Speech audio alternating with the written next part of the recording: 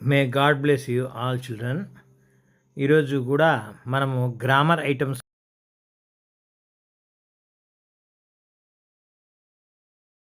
13th క్వశ్చన్గా ఇచ్చేటువంటి verb forms, అలానే 14th ఇచ్చేటువంటి రీరైట్ యాజ్ డైరెక్ట్ అంటే వాయిస్ చేంజ్, డైరెక్ట్ స్పీచ్ ఇవి. అలానే 15th ఇచ్చేటువంటి స్పాటింగ్ ఎర్రర్స్ లేదా ఎర్రర్స్ని, తప్పుని సరి చేయటం. ఈ మూడు చాలా ఇంపార్టెంట్ అవుతాయి. వీటిని పరిశీలిద్దాము. మళ్ళీ నేను గతంలో చెప్పినట్టే ఇవి మీరు ఇండివిజువల్గా ట్రై చేయండి. మీరు 70% ఆన్సర్ చేయగలరు. మీరు ఏదైనా చేయలేము అనుకున్నవి మాత్రమే ఆన్సర్స్తో సరిచూసుకోండి. అప్పుడు మీరు ఎంత మాత్రం ఆన్సర్ చేయగలిగారో మీకే తెలుస్తుంది. అలానే కాన్ఫిడెన్స్ లెవెల్స్ కూడా డెవలప్ అవుతాయి. అదే అవసరం కూడా. ఎప్పుడు కూడా పూర్తిగా మరొక దాని మీద డిపెండ్ కాకుండా ఇండివిజువల్గా ట్రై చేయడము, ఆన్సర్స్ని నెక్స్ట్ ఇచ్చినటువంటి వివరణతో పోల్చుకోవడం చేస్తే మీకు చాలా బాగుంటుంది. మీకు ఈజీగా అర్థమయ్యే స్థాయిలోనే ఇచ్చున్నాను.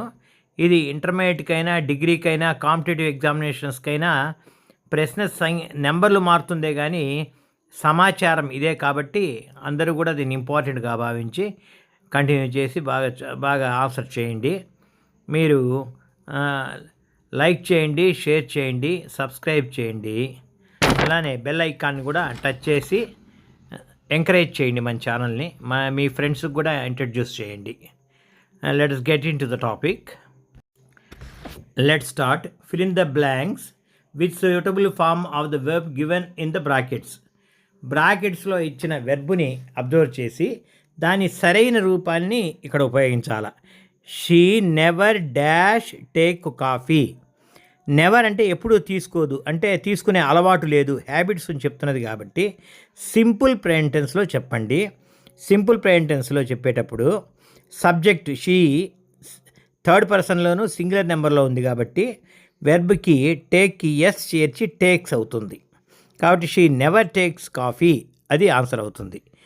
Number 2, Ramani dash buy the painting long ఎగో.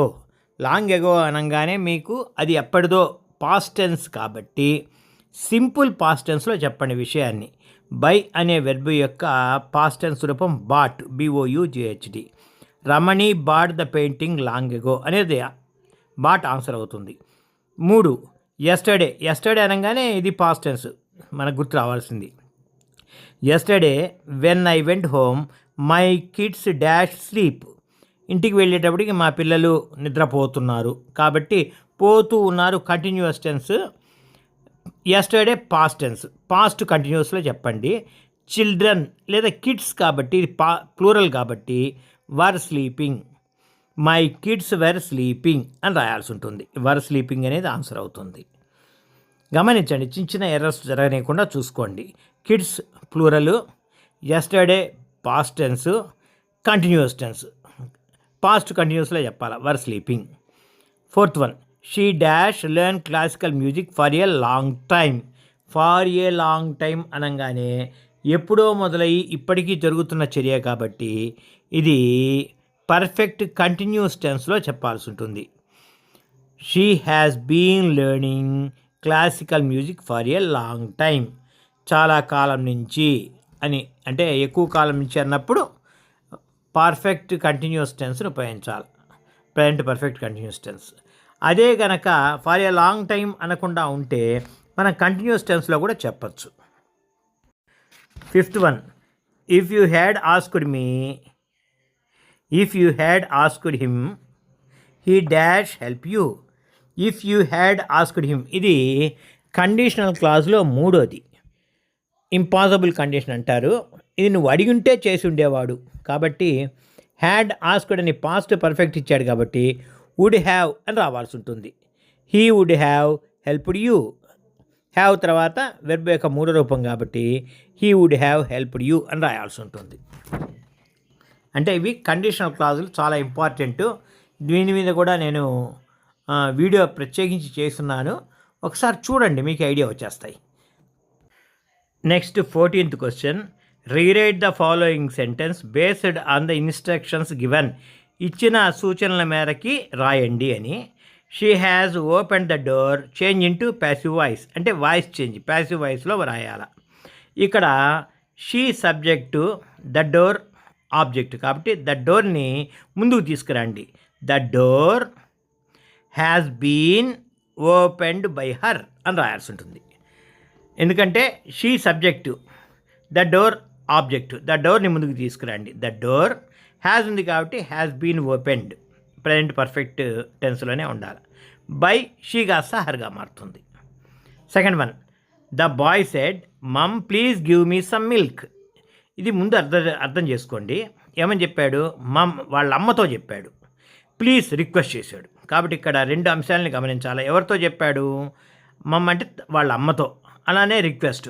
కాబట్టి the boy requested his mum to give. Me కాస్త హిమ్గా మారుతుంది. మీ అంటే నేను కాదుగా, వాడికి, ఆ అబ్బాయికి ఇవ్వమని కదా. కాబట్టి the boy requested his mum to give him some milk అని రాయాల్సి ఉంటుంది. Third one, Sudha sings the best of all. అందరికన్నా బాగా పాడుతుంది. Write the positive degree. Positive degree అంటే డిగ్రీస్ ఆఫ్ కంపారిజన్లో ఉంది. Tall positive degree, taller comparative, tallest superlative degree.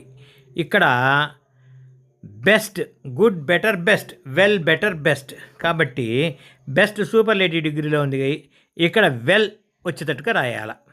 మరి ఏ ఇతర పాటగాడు లేదా సింగర్ ఈమెలాగా పాడలేరు అని చెప్పాల. కాబట్టి నో అదర్తో స్టార్ట్ చేయండి. No other singer sings as well as Sudha. So ఇది డిగ్రీస్ ఆఫ్ కంపారిజన్. దీని మీద కూడా నేను వీడియో చేస్తున్నాను, దాన్ని చూస్తే మీకు పూర్తి స్థాయి అర్థమవుతుంది. Sivamani plays drums well. Add question tag. Question tag తెలిసిందే. Sivamani third person singular, plays అంటే present tense third person present టెన్స్లో ఉంది. కాబట్టి డజంట్ హీ అని రావాల్సి ఉంటుంది. ఇక్కడ నాట్ లేదు కాబట్టి ట్యాగ్లో నాట్ రావాలి. డజంట్ హీ అని పెట్టి డజంట్ అక్కడ రాసినట్టుగా చూడండి. అపాస్ట్రఫీ పెట్టి ఎన్ అపాస్ట్రఫీ టీ రాసి ఈ పెట్టి క్వశ్చన్ మార్క్ పెట్టాలి. అది క్వశ్చన్ ట్యాగ్ అంటే. క్వశ్చన్ ట్యాగ్ సంబంధించి కూడా అన్ని వీడియోలు చేస్తున్నాను కాబట్టి అవి చూస్తే మీకు అర్థమైపోతాయి. Rewrite the following sentences correcting the underlined part. The entire sentence must be return underlining the corrected part.